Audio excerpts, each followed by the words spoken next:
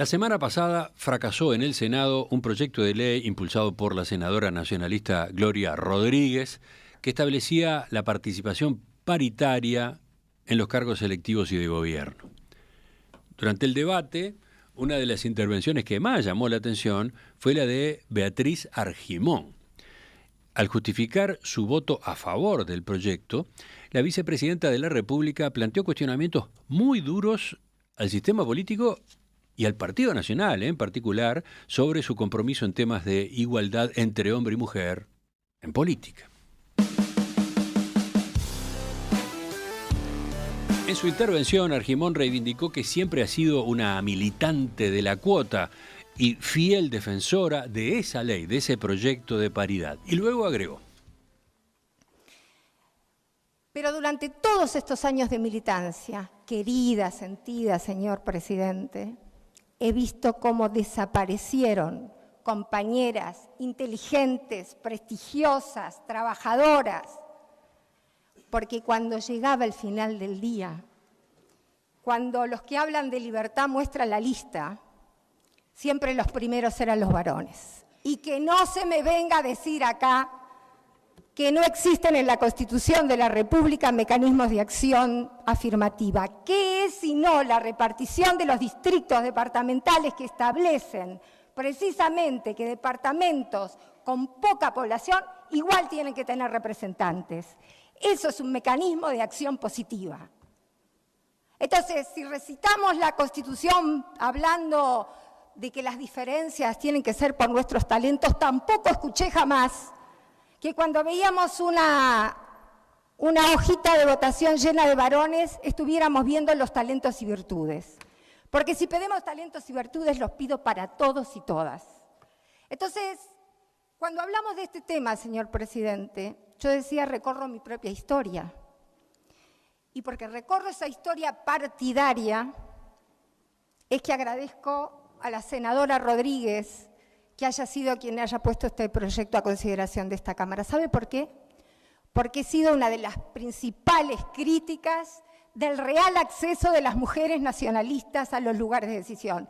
Porque esto no se trata de participación.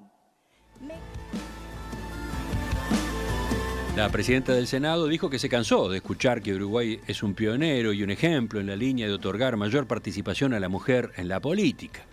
Según Argimón, las mujeres participaron toda la vida en política, desde la construcción misma del Uruguay, pero hasta hoy siguen sin acceder a más espacios de poder político y económico. ¿Qué buscó con ese mensaje? ¿Cómo sigue ahora la discusión de estos asuntos? Vamos a conversarlo con la propia vicepresidenta Beatriz Argimón a partir de este momento. Escriban Argimón, buen día, gracias por acompañarnos. Buenos días, ¿cómo estás?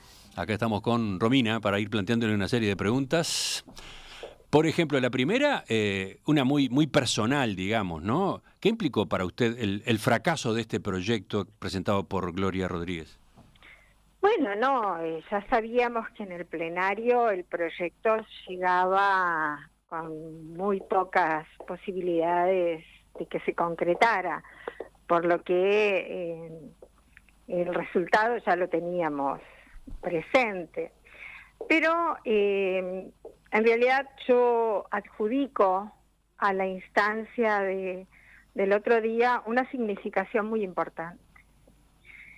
Esta historia ya la vivimos con la cuota. Generalmente la primera vez que se plantea un proyecto de estas características fracasa, para después es la propia sociedad la que de alguna manera hace que vuelva al debate. O sea que para usted valió la pena, entre comillas, sí, este fracaso. Sin lugar a dudas. Yo no lo considero un fracaso. Lo considero que era una etapa que este proyecto de ley, vista la votación que iba a tener, ya que llegar al Pleno era un avance. Y así fue. Y en ese sentido se pudo dar un debate que de otra manera no se hubiera dado. Ahora iremos a lo que usted dijo, por lo menos a algunos párrafos de lo que usted señaló en sala, pero antes de eso, antes del contenido, quiero preguntarle por la forma.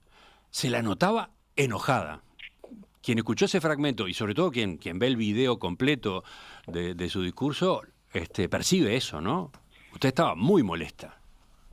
No, en realidad hace mucho tiempo que no puedo hablar en un plenario porque obviamente mi rol es diferente y se me dio con la pasión que siento cuando trato los temas de los cuales he sido seguidora y de alguna manera militante.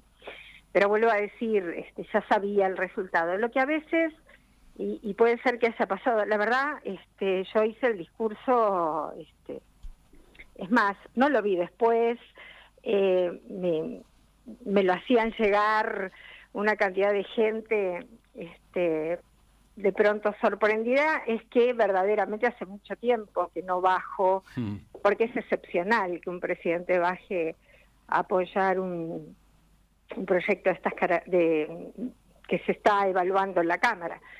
Pero yo sentí primero la obligación de hacerlo, porque sé cuánto mi compañera Gloria Rodríguez había estado trabajando y cuánto trató de descalificarse este proyecto a lo largo del debate, y después porque en el transcurso del debate yo suelo escuchar muy atentamente a los senadores y senadoras del plenario desde la media hora previa hasta cuando estamos tratando distintos proyectos, y especialmente quienes están en contra, para yo misma mentalmente ir contestando elementos en el debate, aunque no esté participando activamente. Y en este caso también escuché muchas cosas que realmente me llevaron a intervenir y a rebatir cada uno de los de argumentos que la verdad me parecieron totalmente fuera del contexto de lo que estábamos planteando. Vayamos, Romina, ahora sí, entonces, sí. al texto. Digamos. Vicepresidenta, a ver, usted criticó, por ejemplo, a los legisladores que se jactaron de que Uruguay, es pionero en dar más participación a la mujer en política, ¿no? Usted sostuvo que la mujer ha tenido participación en política a lo largo de la historia del Uruguay, pero que lo que falta hasta hoy mismo es que la mujer tenga acceso a espacios de poder, y ahí puso énfasis en eso, ¿no? Quizás valga la pena aclarar la diferencia, ¿no? ¿En qué se diferencia concretamente la participación del acceso al poder? ¿En qué lo nota? Bueno, la participación y la militancia de las mujeres a lo largo de la historia es indiscutible, que era parte de lo que se decía. Durante los discursos decían y hablaban de que era necesario la participación, que desembocaba en que las mujeres tuvieran mayor presencia en las listas. Y la verdad, decir esto es un agravio a las mujeres. Desde el inicio mismo de nuestra nación, y así creo que lo indiqué, vuelvo a decir, no volví a escuchar el discurso, pero es algo que siento, pero además que se constata fácilmente. Desde las mujeres en la época de la lucha por nuestra independencia, creo que mencioné a las mujeres del Éxodo, y porque a mí es una figura que me impresiona, esas mujeres que hasta quemaban sus ranchitos, tomaban sus hijitos y se iban detrás del líder, ¿verdad? Eso es impresionante en nuestra historia. Y de ahí en más, en toda la secuencia de construcción democrática, siempre estuvimos las mujeres. Entonces, decir que las mujeres tenemos que militar como si eso fuera la base fundamental del acceso, implica de alguna manera ningunear a quienes hemos estado siempre presentes en la vida de la nación. En segundo lugar, y en la construcción de los partidos políticos. En segundo lugar, la diferencia, es notorio. No es lo mismo mujeres u hombres en política que militan a las mujeres y a los hombres que acceden realmente a los lugares de decisión donde se maneja el poder político. Y la verdad es ampliamente constatable que las mujeres accedemos en menos proporción. Entonces, me parece que, vuelvo a decir, parte de lo que se traslada en el debate, que vuelvo a decir, es muy legítimo, como en todo, estar en contra, no significa no realmente ingresar en lo que realmente se está planteando. Uh-huh. Entiende que hay de alguna forma que quienes se jactan de que Uruguay fue pionero, ¿no?, en la participación en política de las mujeres, bueno, expresan cierto como conformismo con ese lugar de la mujer. Sí, hay una suerte de adormecimiento, quedándonos en leyes que tuvieron su origen en un contexto bien diverso por el 900, que nos caracterizaron en el mundo, y después de eso, salvo en la época del 2000, donde coincidimos mujeres de todos los partidos que llevamos adelante propuestas determinadas, y que es el periodo de la historia después de aquella etapa que más producción legislativa hubo respecto a determinados derechos de las mujeres, en lo que tiene que ver al real acceso de las mujeres al poder político, estadísticamente se demuestra, y es lo que llama la atención en foros internacionales, en la Unión Interparlamentaria, en el Parlatino, en todos los organismos que formamos parte, como Uruguay, que ha sido un país que en aquella época supo dar respuesta a determinadas situaciones con equidad, ocupa un lugar tan por debajo de los indicadores que realmente se prevén. En su discurso, uno de los momentos más polémicos fue cuando usted rebatió a quienes destacaron que Uruguay fue pionero en aprobar el matrimonio por sola voluntad de la mujer. Usted observó que aquella ley fue impulsada a partir de un caso particular de un hombre, dijo, que se enamoró de una mujer casada, que no podía divorciarse porque el marido se había ido, le había abandonado y nadie podía ubicarlo. Entonces se votó una ley para que el divorcio se concretara con la voluntad únicamente de la mujer.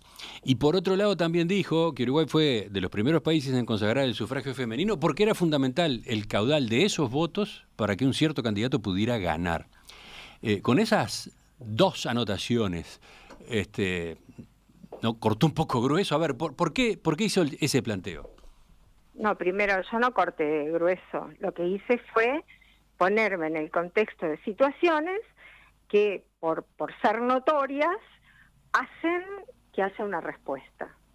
Y eso fue tal cual. Entonces, lo que hice fue hablar de las circunstancias que rodearon el desembocar en determinadas respuestas del legislativo a raíz de situaciones que fueron notorias. Una que tiene que ver también con lo que implica de un actor político visualizar una estrategia respecto del caudal electoral. No es nada que pueda llamar la atención, porque puede pasar y ha pasado a lo largo de la historia en todos los países. Lo que sí me parece es que seguir hablando de aquel entonces y no mirar la realidad hoy es algo que no estuvo presente en el debate. Pero usted quiso decir que aquellas dos modificaciones, que aquellos dos avances fueron impulsados por políticos hombres, no por el fondo del asunto, sino por determinada conveniencia o algo así. A ver, obviamente, no sé de la conveniencia, yo no estaba en el 900. Lo que sí tengo claro que hubieron episodios que propiciaron esa situación, como suele pasar con muchos proyectos de ley. ¿Romina? Sí, le preguntábamos incluso por este punto porque el otro día lo discutimos o discutimos a propósito de lo que había sido este debate en la tertulia, por ejemplo, y había planteos por el lado de que, bueno, de que con estas dos menciones capaz que se había minimizado lo que pueden haber sido conquistas históricas del movimiento feminista. Por ejemplo, así lo planteaba Patricia González cuando participaba el lunes. Vamos a escucharla y después nos comenta usted cómo lo ve. Bueno, porque ella cuando arranca a leer, arranca a decir, bueno, que Valle y Ordóñez, ¿por qué se dio el derecho al voto de la mujer? Y hace lectura sobre el derecho al voto de la mujer. Y, por ejemplo, no reconoce el movimiento anarquista feminista del principio del siglo, del Uruguay. No reconoce el movimiento, que después lo retoma, el movimiento sufragista, socialista y comunista del principio del siglo en este país, que fue pionero en América Latina. O sea, las Luisi, que nosotros las tenemos como, bueno, las descubrimos hace poco. Las Luisi eran pioneras feministas sufragistas de América Latina. O sea, fueron las que después salieron de Uruguay a Argentina, ¿ustedes se acuerdan que Argentina logró el derecho al voto con Eva Perón? Muchísimos años después. O sea, y ellas fueron parte de la construcción de los movimientos feministas latinoamericanos de principio de siglo. No decir que el voto de la mujer se lo dio Valle Ordóñez a mí me duele en el alma. Entiendo que es una perspectiva y una visión política que asumo eso como los matices y las diferencias que tenemos por la vía de los hechos. Yo creo que estaba señalando otra cosa. ¿Cómo ve este planteo? A ver, estas menciones no minimizan de alguna forma esas conquistas históricas de estos movimientos que mencionaba ella, por ejemplo. De ninguna manera. Es más, a lo largo de mi alocución, si mal no recuerdo, expresamente algo que yo siempre reivindico fue el lugar, y estoy segura que lo dije, de las feministas que miraban estos temas desde el lado de la representación. Ellas ya daban por hecho, y es la diferencia con los movimientos feministas de otros países, que conozco y que reivindiqué toda mi vida, porque yo no llegué a estos extremos ahora, que las uruguayas, donde las Luisi, y nombré también a las Luisi en el discurso, porque siempre lo hago, ha sido precisamente ponerse desde un lugar realmente histórico. Ellas miraban la representatividad y no el mero derecho que ya sabía que teníamos. Ese fue el origen del feminismo uruguayo, ¿no? Que fue realmente avanzado desde el punto de vista de cómo se posicionó. Ahora, convengamos, ¿tá?, que había una construcción, miren, yo no me acuerdo si lo dije, pero los primeros quienes hacen desde la sociedad el planteo de todos estos temas son dos puntas: las obreras, por sus derechos sindicales y las condiciones en que trabajaban, y una élite que ayudó sin lugar a dudas, y digo una élite intelectual, donde obviamente estaban las Luisi, que hizo que hiciera carne el planteo entre la gente, pero una cosa no tiene que ver con la otra. Estamos hablando de cómo efectivamente se accede a que los proyectos se viabilicen, ¿no? Y esa es una realidad. Le proponemos una pausa y ya continuamos. La vicepresidenta de la República, Beatriz Argimón, no pasó desapercibida la semana pasada durante la discusión en el Senado del proyecto de ley que establecía una participación paritaria entre hombres y mujeres en cargos electivos y de gobierno. Su discurso fue sustancioso y polémico. Y con ella justamente estamos conversando hoy para sacarle punta a algunas de sus afirmaciones. Escrivana Argimón, una parte de su discurso incluyó una crítica muy fuerte a su partido, el Partido Nacional. Recordó que esa fuerza política es la que ha tenido menos representación femenina en la historia del Parlamento. Y bueno, y dijo que estaba cansada de ver correligionarias suyas con mucho talento que quedaban relegadas por hombres en el armado de las listas. ¿Qué interpretación tiene usted? ¿Por qué pasa eso en su partido, el Partido Nacional? Primero, a mí me parece que la vida política pasa también por hacer autocríticas y las primeras tienen que ser mirarse uno mismo y mirar su entorno. Las estadísticas lo demuestran claramente, no es algo que yo haya inventado, forma parte de una realidad. Y creo que el tema de la libertad que prima, por suerte, en nuestro partido, ha hecho que muchas veces apostáramos exclusivamente al tema de la libertad, en el que creo. Independientemente de eso, y por eso hay acciones que muestran, o discursos, o militancias, que tienden precisamente al auténtico ejercicio de los derechos también en las internas partidarias. Y en ese sentido, yo hago primero una autocrítica respecto a cómo nosotras nos fuimos posicionando y luego los resultados que íbamos obteniendo. Creo que esa realidad ha cambiado. A mí la verdad, el proyecto que se trataba el otro día tiene que ver con el futuro y no con el pasado. Y si me permiten, me gustaría hablar de por qué yo entiendo que lo que tiene que terminarse es siempre hablar del pasado en este tema, cuando en realidad los nuevos tiempos marcan la importancia no solo del construir las políticas públicas y la mirada de la sociedad juntos, hombres y mujeres, sino también un equilibrio generacional indispensable en los tiempos que vienen.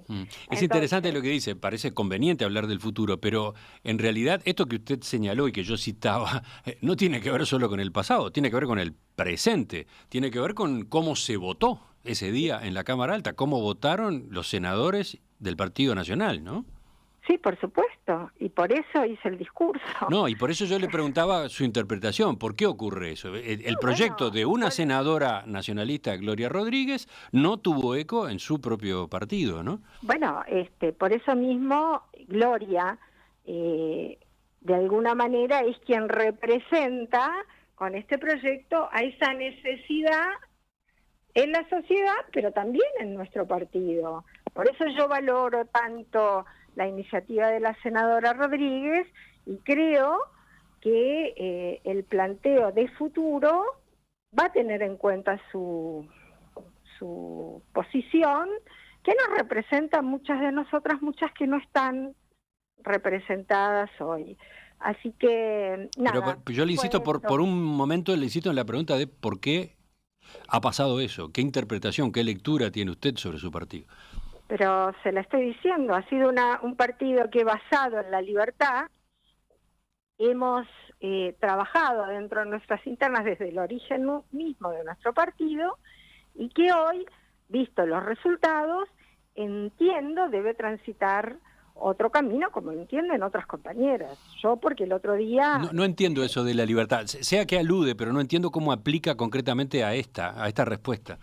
¿Cómo aplica? Si yo siento que soy libre en una estructura político-partidaria, no tengo en cuenta algunos otros temas que tengo que ponderar y me parece que por mi solo accionar puedo llegar a los lugares de decisión política. Y no es así, no ha sido porque responde además a otros componentes. Y eso es lo que ha pasado históricamente. Con la cuota, la realidad del partido igual ha cambiado. Entre otras cosas, han accedido mujeres al directorio del partido.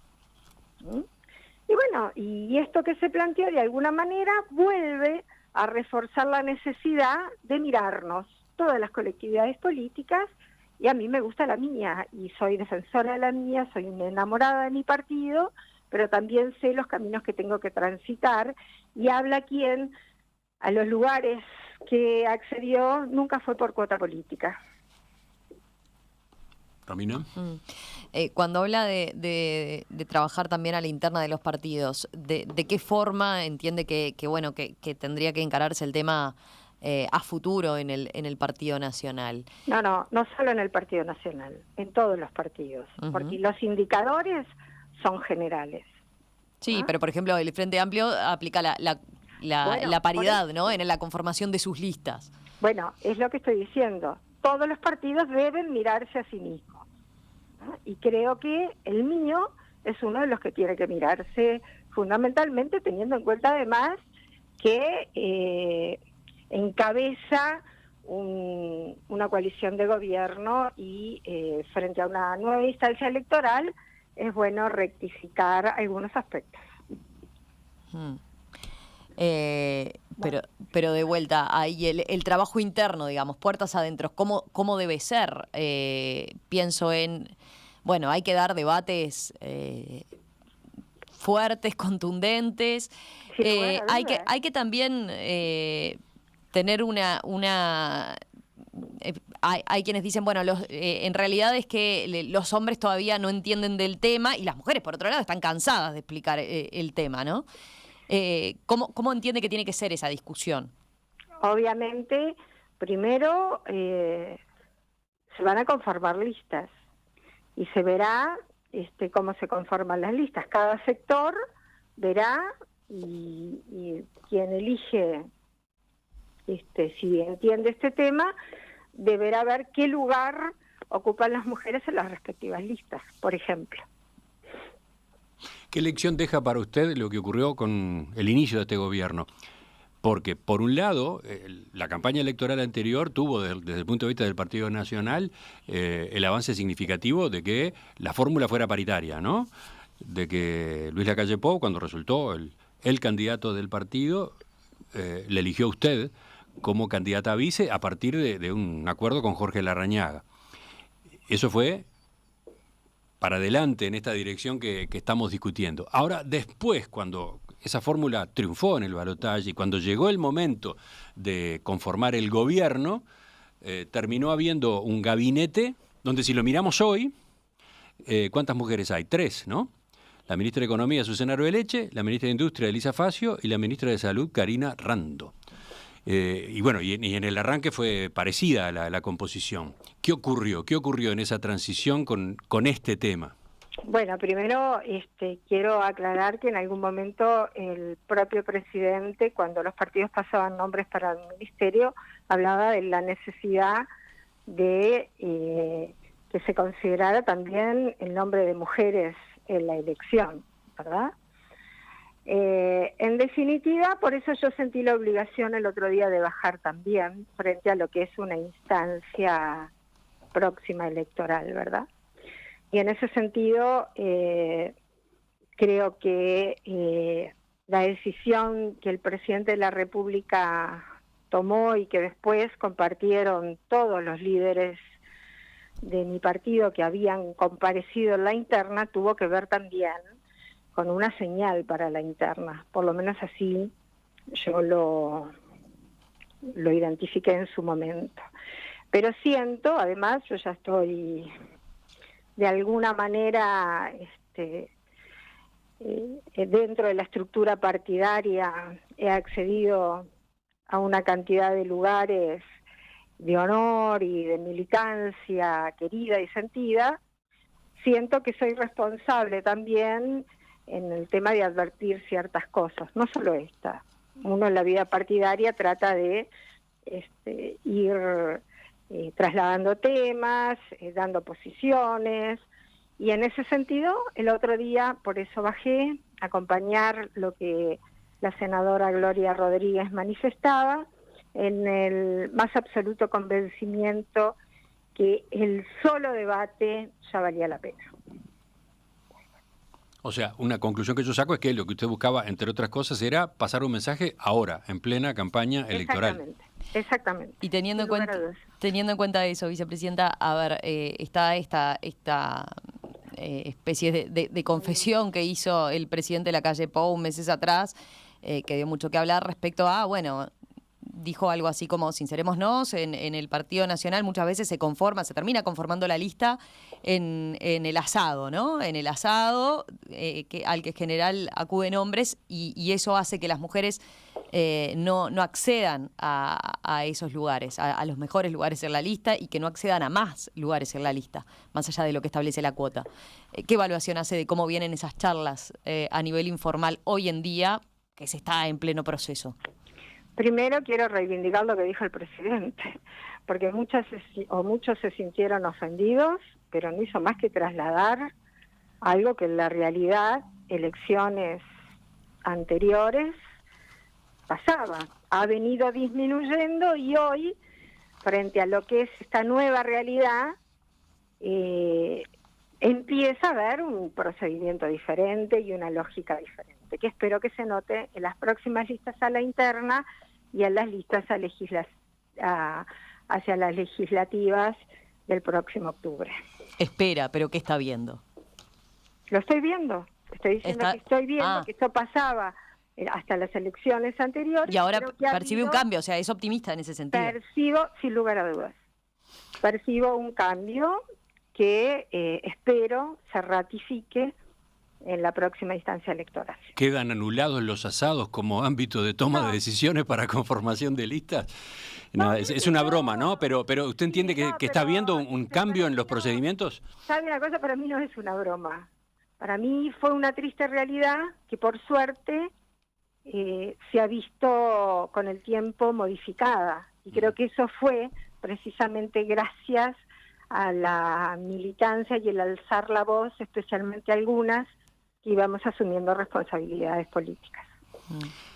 En esta declaración que usted hace y que, entre otras cosas, como señalaba recién, busca incidir en la campaña electoral, busca incidir en las decisiones que se tienen que tomar en un proceso como este que estamos recorriendo, ahí ya aparece el futuro.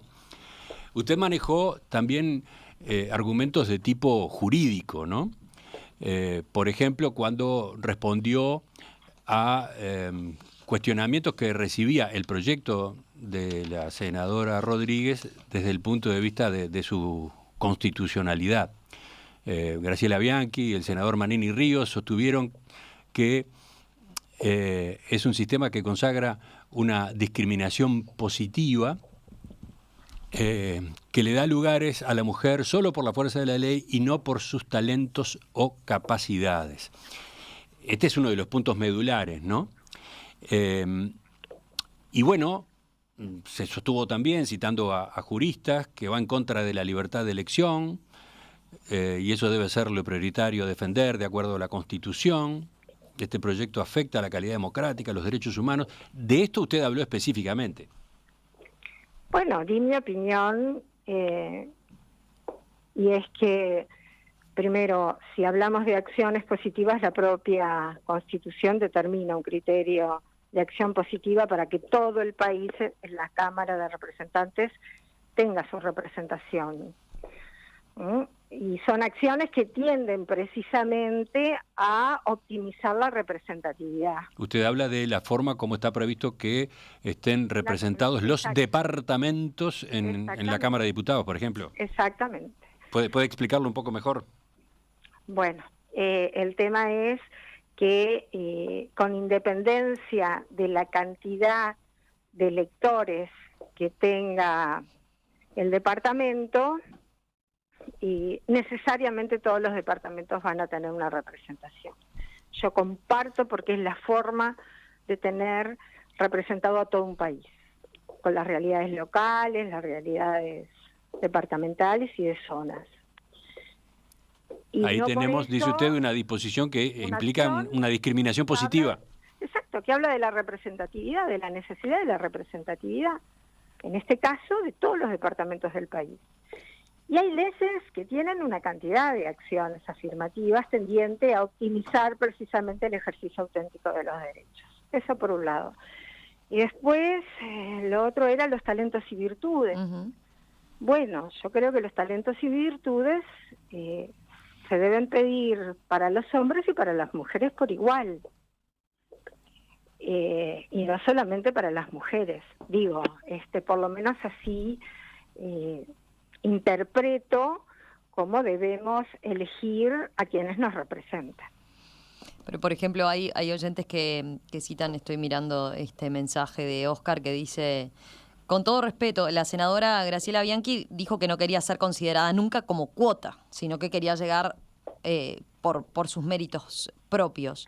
Y le pregunta a usted, ¿qué dice? ¿Cómo da a esta altura un debate de ese tipo usted? Bueno, en primer lugar, yo nunca ingresé por cuota. Y sin embargo creo que en términos de representatividad ha sido necesario. Así que estoy convencida de eso, es mi opinión, y a esta altura, ya culminando tiempos que tienen que ver con mi aporte a todo este tema, me parece que es notorio y que cuando uno plantea un debate de estas características hay que estar al tanto de la realidad para enfrentarlos y no venir con panfletos atrasados. En ese sentido, la cuota tuvo su incidencia, es más, gran parte de las mujeres que accedieron al Senado es porque estaban en tercer lugar, porque no sé si ustedes indicaron que la ley de cuotas también fue aplicada en la mínima expresión, como se dice. Exactamente. Así que, y cuando no se trampeó. También. Entonces, cosa que también pasa en todas partes del mundo, por eso digo... Bueno, pero este nuevo proyecto buscaba justamente atender esas situaciones, ¿no? Que no se trampeara, que por ejemplo cuando se designa el suplente, efectivamente fuera una persona del mismo sexo, fuera una mujer en este caso, o el sexo subrepresentado. Sí, porque siempre se habla de las mujeres. No podría haber una ley solo una lista solo de mujeres. Acá lo que se busca es precisamente ese equilibrio. Pero bueno, vuelvo a decirles, y para mí este debate fue muy interesante. Lo que hice fue, como militante de la causa desde hace muchísimos años, contribuir, y ese ha sido de alguna manera mi apoyo militante a esta causa. ¿Y qué sensación tuvo en cuanto al eco? A la forma como se reaccionó dentro de su partido. No sé, yo no lo hice por el eco, lo hice porque me siento comprometida con el tema y fundamentalmente quiero ver resultados, especialmente apuntando al nuevo equilibrio que me parece los partidos tienen que tener en el siglo XXI. Y yo me veo muy reconfortada cuando las generaciones más jóvenes entienden de lo que estoy hablando. Y siento que a veces este debate para ellos es realmente de otra época. Se lo preguntaba, recordando aquella obra de teatro, usted la tiene que haber visto, hace años, protagonizada por Julio Calcaño, que hace pocos días falleciera. La empresa perdona un momento de locura. ¿La tiene presente? Bueno, el Partido Nacional perdona un momento de locura. Quiero decir, usted habló, hizo su catarsis, hizo un planteo muy fuerte y sus colegas, el ambiente de su partido, ¿se conmovió de alguna manera o simplemente dijo, bueno, Beatriz ya habló, ya dijo lo que tenía que decir, sigamos? No, la verdad no es así. Por suerte en la bancada del Partido Nacional, todos los planteos, se acompañen o no, tienen repercusión. Y yo no hice catarsis, milité por un tema en el que creo necesario seguir militando hasta que logre los objetivos. Romina, tu última pregunta, así vamos cerrando. Sí, cuando hacía referencia recién a, de lo de venir a estos debates con papeles viejos, me retrotrajo a una discusión que se dio el otro día en la tertulia también, cuando abordamos este tema, que tenía que ver con, cómo pararse frente a estos temas. ¿A usted ya la cansa, digamos, convencer? ¿Entiende que hay discusiones que se necesita formación y asumir que hay que estudiar determinados temas? Pienso en sus propios correligionarios, pienso en los senadores. ¿Vio que hay carencias de ese tipo? Digo porque también está presente, y lo planteaba Martín Bueno, uno de los contertulios, cierta soberbia, dice, por parte de los movimientos feministas muchas veces cuando se plantan ante esta discusión, del tipo de señalar, lo que pasa es que vos no sabés de feminismo, ¿no? ¿Cómo lo ve usted? No se trata de no saber de feminismo, vuelvo a decir, se trata de hablar de representatividad. En eso, por lo menos, entiendo que es el camino. No todos los legisladores sabemos de los mismos temas, ni nos preparamos de la misma forma. El otro día, en este debate, yo sentí que había algunas argumentaciones que no estaban entendiendo el planteo que había o que radicaba en su esencia. Pero ahí, para cerrar, entiende sobre ese punto, no puede haber algo de... Siempre se señala, ¿no? No necesita, los movimientos feministas no necesitan en algún punto hacer autocrítica en cuanto a la forma en la que están convenciendo. Entiende que sigue siendo el camino de alguna manera marcar estas discrepancias de forma más directa, más confrontativa, o hay que empezar a apuntar más al convencimiento por otro lado, desde otro punto de vista. A ver, depende de qué ola del feminismo se esté hablando. A mí nunca me van a ver desde el planteo radical. Pero entiendo que en el siglo XXI hay temas, y vuelvo a decir, el origen de los movimientos nuestros se basaron en la representatividad. Y desde ese lugar es que yo milité toda mi vida este tema. Vicepresidenta Beatriz Argipón, gracias por estos minutos esta mañana aquí en Perspectiva. Volvemos a conversar en cualquier momento. Chau, chau, un abrazo. Hasta pronto.